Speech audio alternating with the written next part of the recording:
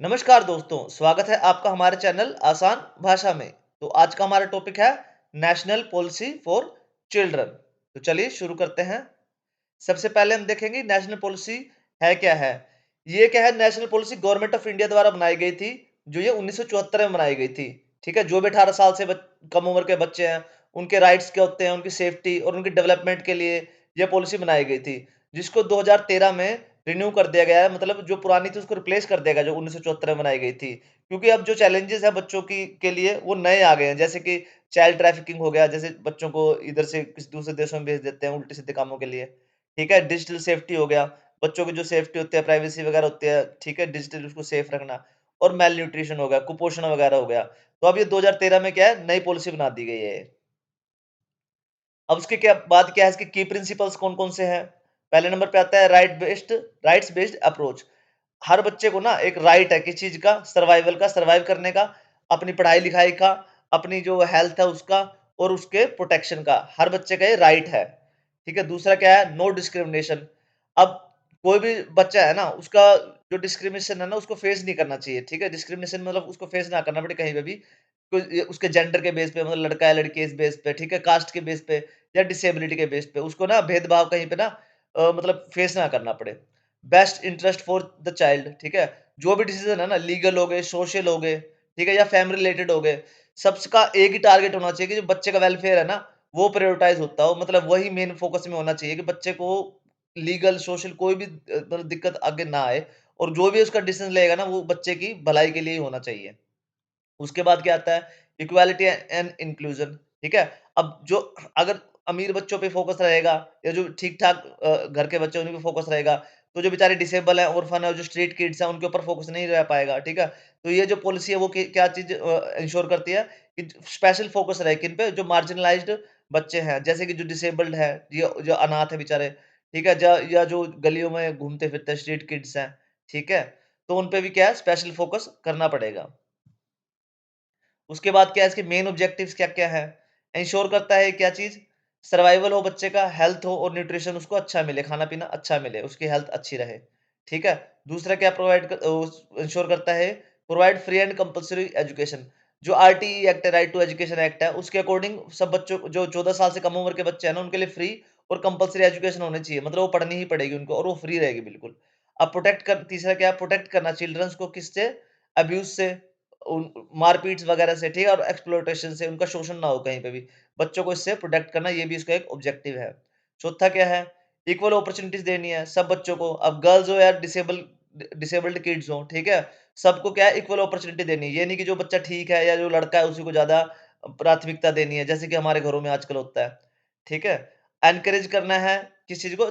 Child participation in decision affecting them.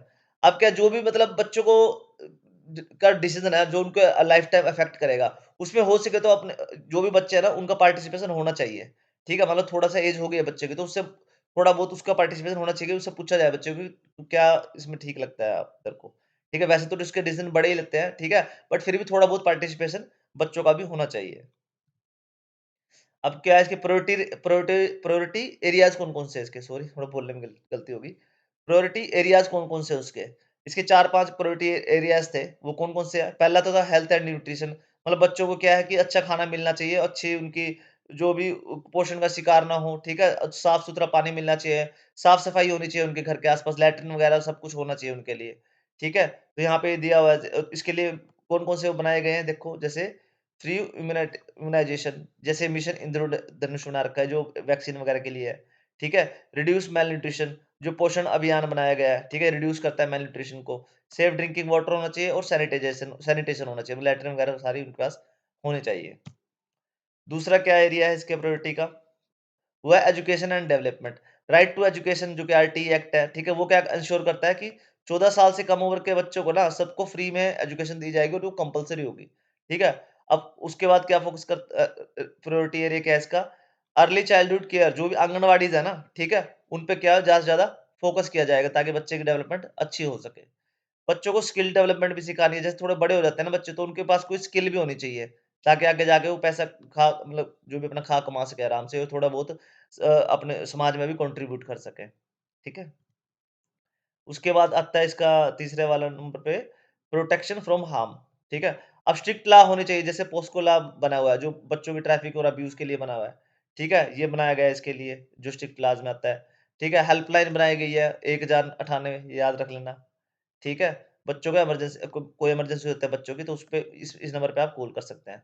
Safe adoption process बनाई जाए, ठीक है, कि बच्चों को अगर किसी ने अडॉप्ट करना है ना किसी छोटे बच्चों को, तो उसकी अडॉप्शन प्रोसेस बिल्कुल सेफ हो। मतलब ये नहीं है कि किसी भी सही बंदे के पास ना बच्चा जाए, किसी उल्टे-सीधे बंदे के पास बच्चा चला जाए, तो उसकी अडॉप्शन जो प्रोसेस है वो सेफ होनी चाहिए। उसके बाद आता है इसका वल्नरेबल चिल्ड्रंस के लिए आते हैं। स्पेशल केयर देनी चाहिए, जो वल्नरेबल चिल्ड्रन होते हैं ना, बच्चे होते हैं, जैसे बेचारे अनाथ हो गए जिनसे, स्ट्रीट किड्स हो गए जो गलियों में घूमते हैं, या जो बच्चे जो कॉन्फ्लिक्टेड एरियाज़ में रहते हैं, जहाँ पे मार उल्टे-सीधे काम ज़्यादा होते हैं, ठीक है? तो उन पे क्या स्पेशल केयर देनी चाहिए उन बच्चों को। सपोर्ट फॉर चिल्ड्रन विद डिसेब और जिन बच्चों पे थोड़ा जो विकलांग वगैरह हैं, उनके लिए क्या है, सपोर्ट होना चाहिए स्पेशल टाइप का, ठीक है? अब इम्प्लीमेंटेशन मैकेनिज्म को क्या है इसका, जो ministry of women and child development है ना, एमडब्ल्यूसीडी, वो इसके इम्प्लीमेंटेशन के लिए रिस्पॉन्सिबल होती है, मतलब वही करती है इसके सारे काम। स्टेट्स हैं, वो अपनी अपनी खुद की पॉलिसी बना सकती हैं, ठीक है, बच्चों के लिए, अगर उनको कुछ और लगता है इसमें कि ऐड ऑन होना चाहिए, ठीक है। अब national coordination and action group है ना, वो क्या करता है, इसकी प्रोग्रेस को मॉनिटर करता है कि प्रोग्रेस सही चल रही है नहीं चल रही है। अब उसके बाद इसके चैलेंजेस कौन-कौन से आते हैं? चैलेंजेस सबसे पहले तो है कि लोगों में ना अवेयरनेस नहीं है इन चीज़ों के बारे में ज़्यादा। तो अब बिल्कुल अनअवेयर से है यार यहाँ पे, एजुकेशन नहीं है तो इसलिए अनअवेयरनेस रहती है। ठीक है, लोग यही सोचते हैं कि खाने-पीने का हो जाए जुगाड़, बच्चा की डेवलपमेंट हो रही है, नहीं हो रही है, उनसे कोई फ़र्क नहीं पड़ता उनका। ठीक है?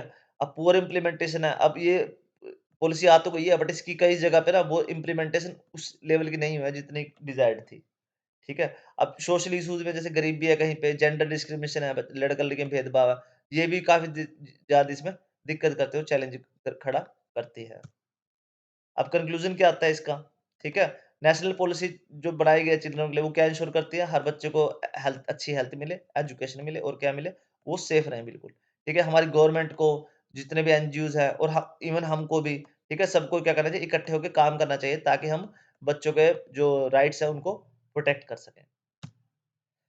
तो ओके बच्चों, thanks for watching. Please like, share and subscribe आसान भाषा में। अगर आपका कोई और टॉपिक है तो प्लीज़ कमेंट करके बताना यार, ठीक है? इस टॉपिक में कोई डाउट है तो वो भी आप कमेंट करके पूछ सकते हैं।